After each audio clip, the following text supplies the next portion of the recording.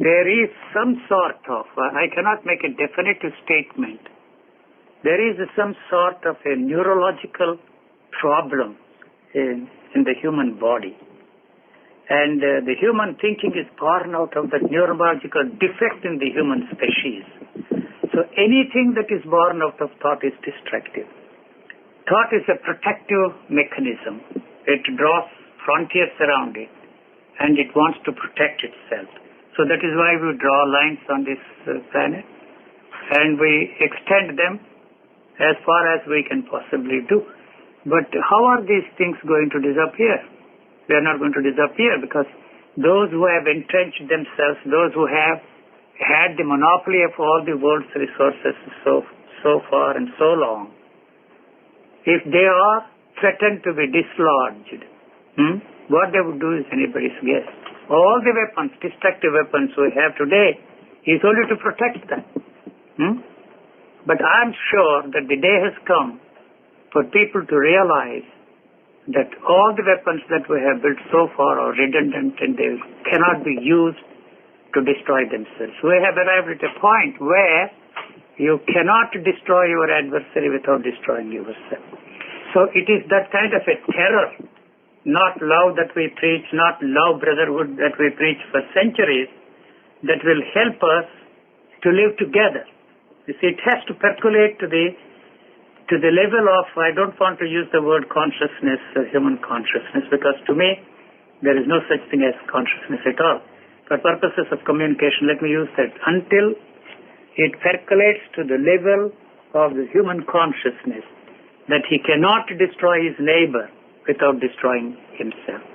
I don't think we have come to that point. You see, whenever and wherever there is an edge over the adversary or your neighbor, we will still continue to exercise, you see, what we have been able to hold on together for centuries, you see. So, how are we going to solve the problem? All the utopias have failed. You know, the whole mischief originated in the religious thinking of man. There is no use blaming the religious thinking of man, because all the political ideologies, even your legal structure, is the outgrowth of the religious thinking of man. And so it is not so easy to flush out the whole series of experiences that we have based upon the religious thinking of man accumulated through centuries. There is a tendency to replace one belief with another belief, one illusion with another illusion. That's all that we can do, you know.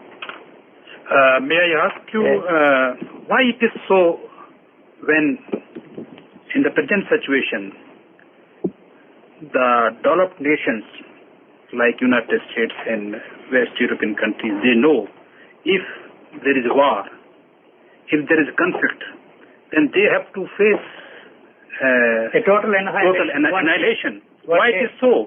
Yes. Is it due to the basic nature, human nature, as people have said that the basic human nature is violent? It is. It is violence, because thought is violence. Anything that is born out of thought is destructive.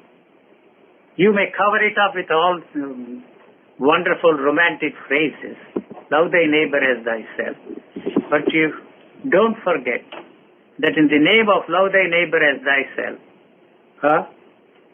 that thing has destroyed life, property, and millions of people have died, more than all the recent wars put together.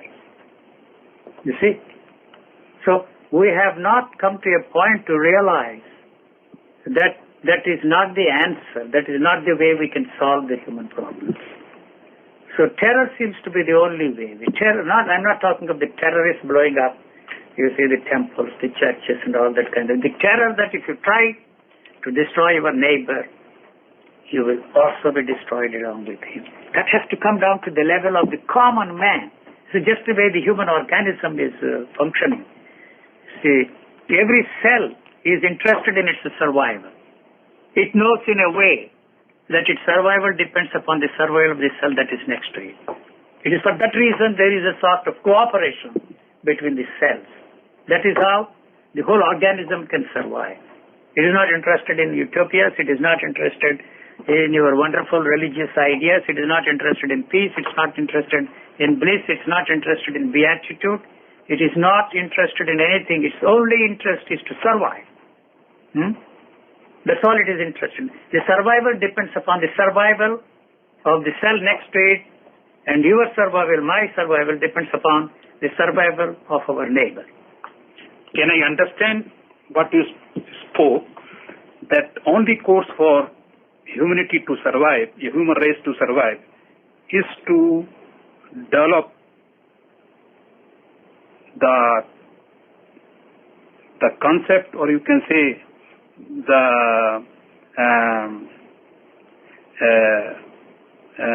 or we should have a nature of love? No, not at all. Not at all. Because love implies division, separation. As long as there is a division, as long there is a separation within you, so long you will maintain the separation around you. When everything fails, you use the last card in the pack of cards, call it love. But it's not going to help us. It has not helped us at all. So it is not a question of trying to find out new concepts, new ideas, new thoughts, new beliefs. But the religion has failed to touch and free man from violence, from greed, from 10 different things that it is trying to free us from. And so, as I said before, what kind of a human being you want on this planet? The human being, modeled after the perfect being, has totally failed. It has not touched anything there. Your value system is the one that is responsible for the human malady, human tragedy. Forcing everybody to fit into that model created by our value system is the cause of man's misery. So what do? It's not a question of destroying the value system. You will replace one value system with another value system. It's even those who revolted against the religions and the religious thinking of man, like in communist countries, they themselves created another kind of a value system. So revolution does not mean the end of anything. It's only a revaluation of our value systems. And so that needs another revolution. It goes on and on and on. That's not the way. The only answer to the human problem is, if there is any answer, it is not through new ideas, it is not through new concepts, it's not through any new ideology, but through bringing about a change in the chemistry of the human body. There is also a danger. When once we perfect the genetic engineering and change the human beings, there is a tendency to hand it over to the state.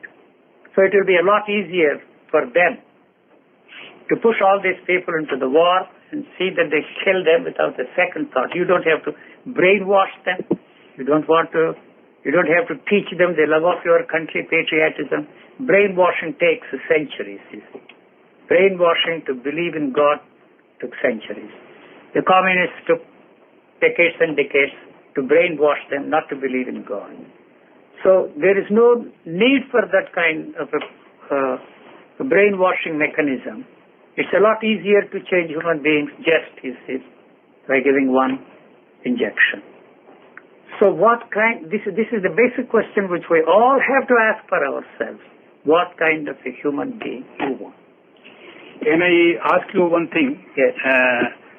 What is being said in the Western world, and people are very happy, and they are very much satisfied with the changes made in Soviet Union and East European countries, that rule of law and human rights are respected. People, we have a free market, we have a freedom of expression and speech. Is it a last solution to the people? Do you really think there is freedom in the United States of America? What does this mean to a starving man? The freedom of speech, the freedom of worship, the freedom of the press. He does not know how to read the newspapers. He is not interested in the freedom of speech. At least, you see, in the communist systems, they fed people, they clothed people, they sheltered people. And that is now denied to the people in those nations. There is more unemployment than ever before in those countries. I don't think this is a model for the whole of mankind.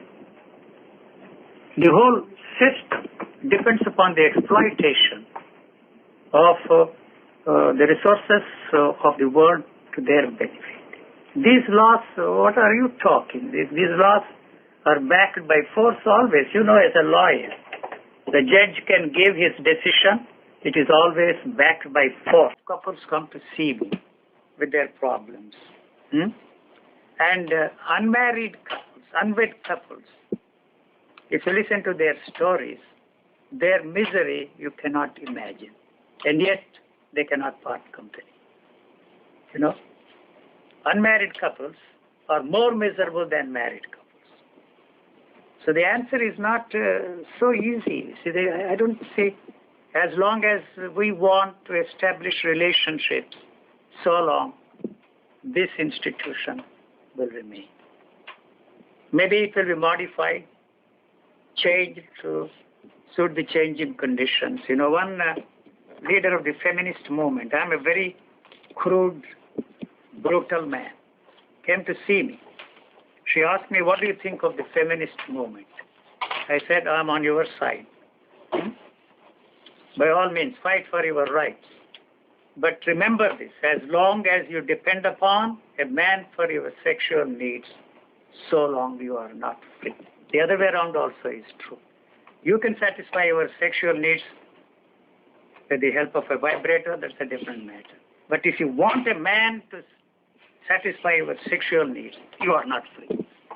You know, to some extent you are free. You can fight for your freedom.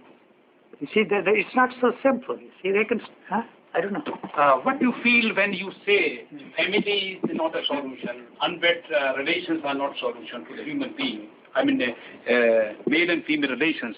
What institution you have in mind? For I don't have it. The institutions are responsible for the misery of mankind. There is no way you can change, modify these institutions. You see, it's a lot easier for people in India to divorce than it was in my own time. There was no question of me divorcing my wife at that time or my wife divorcing me. You know? Now it's a lot easier. See, the changing conditions are responsible for the changing of our ideas, but that does not mean that it has an easy, simple solution for that. You know? Will there not be any anarchy if neither you support or you think that family, marriage institutions are okay or good for the male and female relations? If they are ready to accept the misery, it's well and good. It's a miserable situation. They are not happy, are they? Then for the survival of... the anarchy, total anarchy is a state of being rather than a state of doing. There is no action in total anarchy. It's a state of being. So why are we frightened of anarchy? The anarchy you are talking about is the destruction of the institutions which we have built with a tremendous care and our belief that those institutions should continue forever. So it is that we are fighting for to preserve them in their pristine purity. Are you not worried about the future of old and children when there is no family? It is the society that has to take care of that problem. Why are you all paying taxes to the government? You know, if they don't do what they are expected to do, it is the responsibility of every individual to see that they are forced to do the things. See, the problem is when once you put them there in the seat of power, they have this chance of sharing power with their others, and you provide them with the tremendous weapons of destruction. A man like me who expresses these views will become the enemy of the state. They will not hesitate to destroy me. I don't care if I am destroyed. If they say don't talk, I will stop talking. I don't believe in freedom of speech at all. If they say don't talk what you are saying, is a threat to mankind, to our institutions, goodbye, I don't want to talk. I'm not interested in changing the world. But you promise to do certain things. You are elected to the office. You are put there in the seat of power. Unfortunately, you provide them with the most destructive weapons, and so he will not hesitate to use them against you and me. You know, there is no way you can use your nuclear weapons. I often say that if Bhutan invades India, India has no way of protecting itself. Bhutan is not going to invade India unless it has the backing of some powerful nation. You know, so we are the targets for these people. You know, why? You are spending so much money on your defense. Defense against what? Defense against us. You talk of freedom of speech. If they say don't talk, goodbye, I'm not interested in talking. I'm not interested in saving individuals. I'm not interested in saving mankind. You spoke about the state collecting taxes, and the state should do social security to hold people. I do not see any reason why anybody should starve on this planet. So what are you doing to solve this problem? You may very well throw that question at me. I have not set myself up in the business of running this world. You know, they have set themselves up in the business of ruling the countries. What justification do you have to see that 40% of the people are allowed to starve in India today? It is neither spiritual, it's not nor humane. It is not a human act. It is inhuman to let your fellow beings starve. When we have invented, the religion has invented a wonderful thing called charity. It is the most vicious and vulgar thing that we have done by creating the institution of charity. Not only that, you don't stop there and you give a Nobel Prize to somebody because of the charitable work that particular individual is doing. That's the most vicious and vulgar thing that religious man has come up with. He has a right. Nature has provided us with bounty. So we are individually responsible for that. Don't ask me what are you doing for that. I'm not here, you see, running a crusade against the people. You have set yourself up to solve these problems.